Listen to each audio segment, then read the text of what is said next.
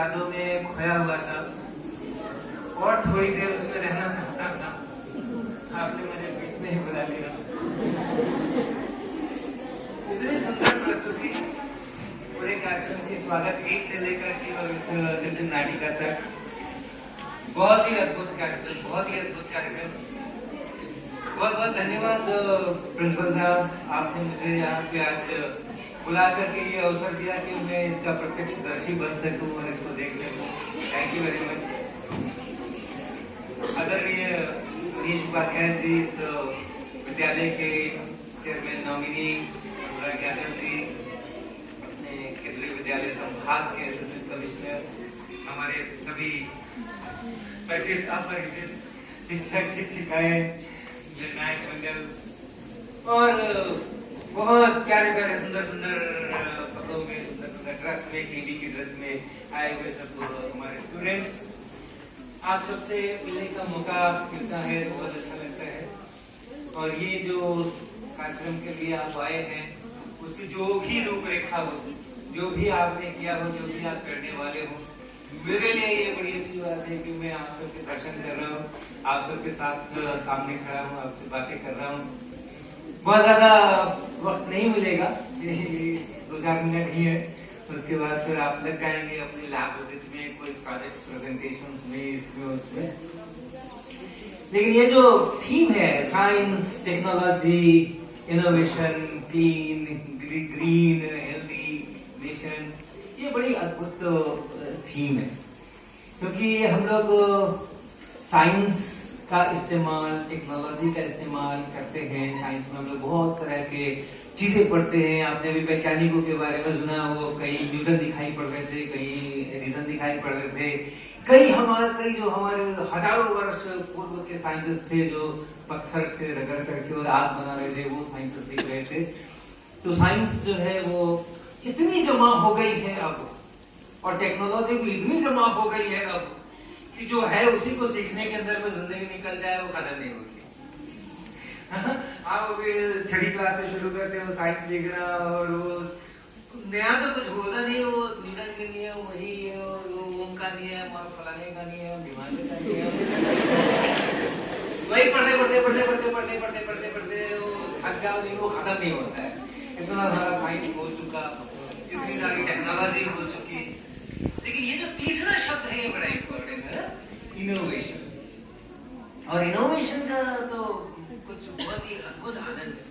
किसी ने कुछ कर दिया और हमें उसने पढ़ना पड़ता है, उसमें क्या आनंद है। किसी ने कोई नियम निकाल दिया, हमें उसको पढ़ना पड़ता है, उसमें क्या आनंद है।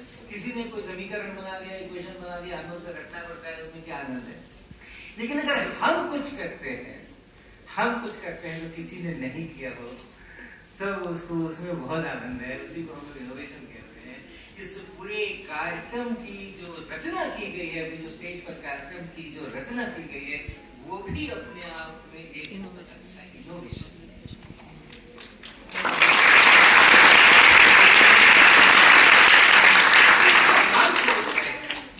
कुछ तो हम सोचते हैं, कुछ तो हम निर्माण करते हैं, कुछ तो हम क्रिएट करते हैं, हम कुछ तो नया करते हैं। जो किसी ने नहीं सोचा होता है वो हम सोचते हैं, जो किसी ने नहीं किया होता है वो हम करते हैं। तो वो जो एक तीसरा शब्द इनोवेशन है, वो बहुत ही महत्वपूर्ण है। और मुझे लगता है कि सारा जो 2 दिन का कार्यक्रम आपका हो रहा है, या पूरा जो चिल्ड्रन कांग्रेस की सारी परिकल्पना है, वो इसी के आधार के ऊपर है कि हमको कुछ नया सोचना है। और जरूरी है ना, नया नहीं सोचेंगे, वो पुराने लोगों ने कुछ करके चले गए और हम उसको खाली चलाते रहेंगे, याद करते रहेंगे और आगे बढ़ाते रहेंगे, तो आगे तो बढ़ने वाला नहीं है, तो पीछे ही हटने वाला है। क्योंकि ट्रांसमिशन में तो लॉस हो गया ना। ट्रांसमिशन में लॉस होता ही होता है। जितनी बिजली बनती है पावर हाउस के अंदर में, उतनी घरों तक थोड़ी पहुंचती है। तो रास्ते में बहुत सारी बह जाती है, खुल जाती है, हट जाती है। तो जो नॉलेज बेस है हमारा ह्यूमन मैनकाइंड का, जो नॉलेज बेस है, वो अगर हमने शिक्षकों ने अगली पीढ़ी में ट्रांसफर कर दिया, फिर उसमें से कुछ शिक्षक बने, उन्होंने अपनी अगली पीढ़ी में ट्रांसफर कर दिया, अगली पीढ़ी में ट्रांसफर कर दिया, तो ये जो बीच का जो ट्रांसमिशन का लॉस है वो कहाँ जाएगा? वो घटता जाएगा, वो बढ़ता नहीं जाएगा, वो घटता जाएगा। इसलिए नया निर्माण करना, नई चीजें करना और प्रकृति में बहुत सारा सीक्रेट है ना, बहुत सारा खजाना छुपा हुआ है। प्रकृति बड़ी छुपा छुपा के रखती है उसे, दिखाती नहीं है उसको, उसको ढूंढना पड़ता है, उसको ढूंढना पड़ता है। और लगता है कि अब सब ढूंढ लिया हमने, लगता है अब सब ढूंढ लिया हमने, अब तो क्या ही नहीं, अब तो सब ढूंढ लिया हमने। और तभी कोई ऐसी कोई परत खुलती है कि समझ में आता, अरे ऐसा भी था। और एक परत से भी दूसरी परत से तीसरी परत, एकदम नए विषय निकल आते हैं, नई दिशाएं मिल जाती हैं और चीजें बढ़ती चली जाती हैं। तो हम लोग इसके लिए बहुत तत्पर हों। और प्लस साइंस टेक्नोलॉजी इनोवेशन के बाद फिर किसके लिए ये सब, किसके लिए? तो फिर वो भी बहुत अच्छा है कि किसके लिए, सोसाइटी के लिए, अपने को एक क्लीन ग्रीन हेल्दी नेशन चाहिए। इसके लिए तो हम अपने साइंस टेक्नोलॉजी का उपयोग केवल अपने संतोष के लिए न करें, केवल अपनी आत्मसंतुष्टि के लिए न करें। हमने कुछ ऐसा कर दिया जिससे कि हमें बहुत खुशी हो गई, हमने बहुत बड़ा काम कर दिया, ये वो बड़ा काम जो है वो काम नहीं आया किसी के, तो फिर वो जंगल में मोड़ना था जंगल में मोड़ना था, किसने देगा? तो जो अपनी साइंस टेक्नोलॉजी हो, जो अपने इनोवेशंस हो, उसको एक साथ में दृष्टि रहे कि हाँ वो किसके लिए है, वो अपने देश के लिए है, और अपने देश के लिए है यानी पूरे विश्व के लिए। जो चीजें हमारे लिए उपयोगी हैं वो सबके लिए उपयोगी हैं। अगर हम अच्छा हेल्थ कैसे मेंटेन कर सकते हैं, इसके लिए हम अगर कार्यक्रम करते हैं, इसके लिए अगर हम तरीके ढूंढते हैं, इसके लिए हम अगर इजाद करते हैं कुछ, तो सबके लिए उपयोगी है। हम किस तरीके से और साइंस टेक्नोलॉजी का इस्तेमाल करके, और जिनको जरूरत है, तरह तरह की जरूरत है, बहुत से दिव्यांग लोग हैं हमारे, उनको जरूरत है, तो अगर हम वो डेवलप करते हैं, तो वो कैप निकली है ना आजकल, आपको पता होगा, वो माइंड कैप निकली है, वो कैप पहन लेते हैं, तो उसके बाद आपकी आंखों की पुतली भी अगर चलती है, तो उसके भी सिग्नल्स जो है वो उसमें से होकर के और विद्युत के रूप में, वोल्टेज सिग्नल के रूप के अंदर में आगे आते हैं, जिनको प्रोसेस कर सकते हैं। मैंने वो टॉक सुनी जिसके अंदर में उन्होंने इस प्रकार की चीजें विकसित की हैं। हमारे प्रभात रंजन जी हैं पुणे में, तो उन्होंने मुख्य रूप से वो उसके आर्किटेक्ट हैं, तो उन्होंने ऐसा डेवलप किया है। तो जो पैरालिटिक है उसका हाथ भी नहीं चलता, कुछ भी नहीं होता, अब उसको क्या करना है, उसको अपने टीवी में चैनल बदलना है ना, उसको टीवी देखना है, और टीवी देखना है वो ऐसा नहीं कि घर के लोगों ने एक चैनल लगा दिया और उसके बाद चले गए अपना काम करने के लिए, ये बेचारा बड़ा देखना है। तो हम लोग को टीवी देखने में मजा नहीं आता जितना चैनल बदलने में मजा आता है। हाँ, एक देखते रहते हैं, बोलो अच्छा तो उधर क्या आ रहा होगा, उधर देखते, उधर क्या आ रहा होगा, उधर देखते, यहाँ ऐड आ गया तो उधर क्या हो रहा है, उधर क्या हो रहा है, तो चैनल बदलने में बहुत मजा आता है।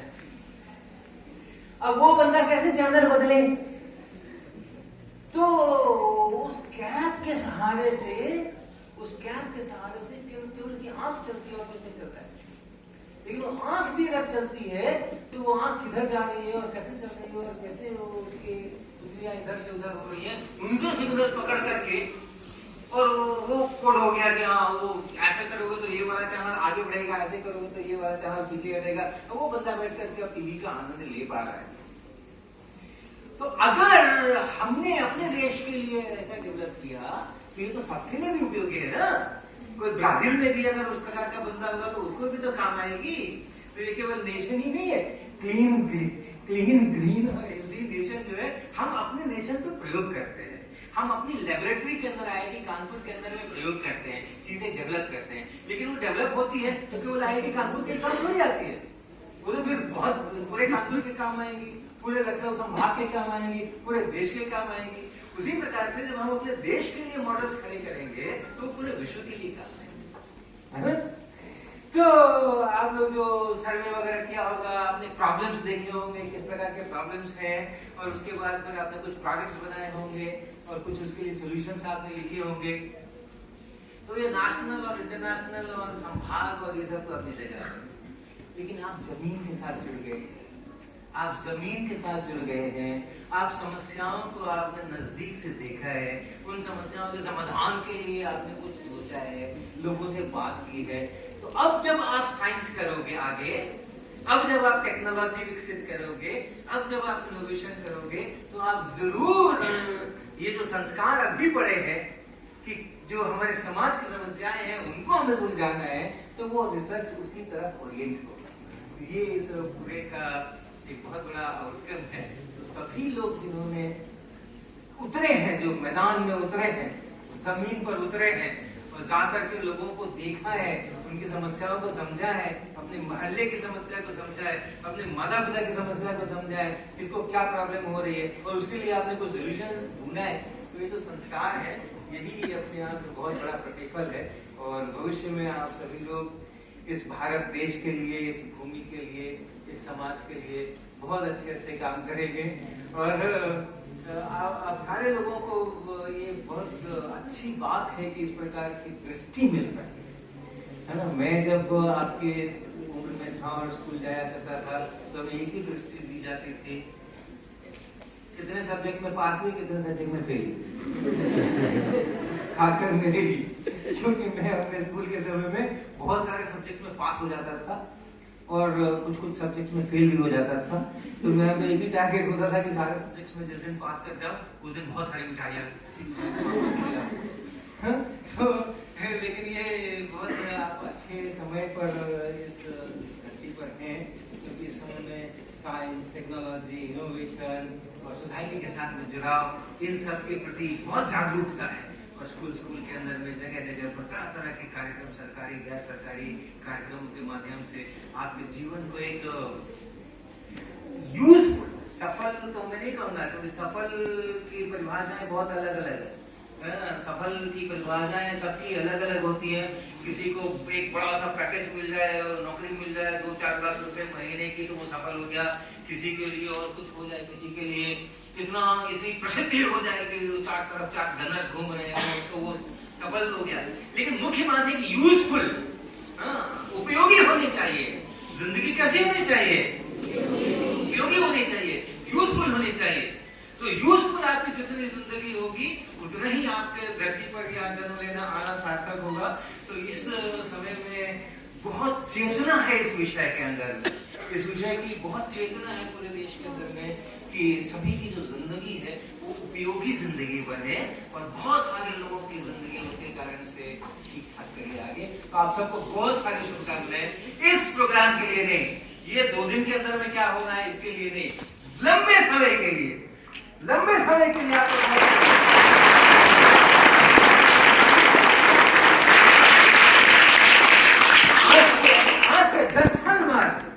आज के 10 साल बाद आपका विद्यालय कहे कि हाँ ये जो बंदा है, ये जो बच्ची है, ये जो आज इसने ये कर्तव्य करके दिखाया है, वो मेरे स्कूल का पढ़ा हुआ है। 10 साल के बाद आपका विद्यालय आपको कहे इस प्रकार का, इसके लिए आपको बहुत बहुत शुभकामनाएं, बहुत बहुत धन्यवाद।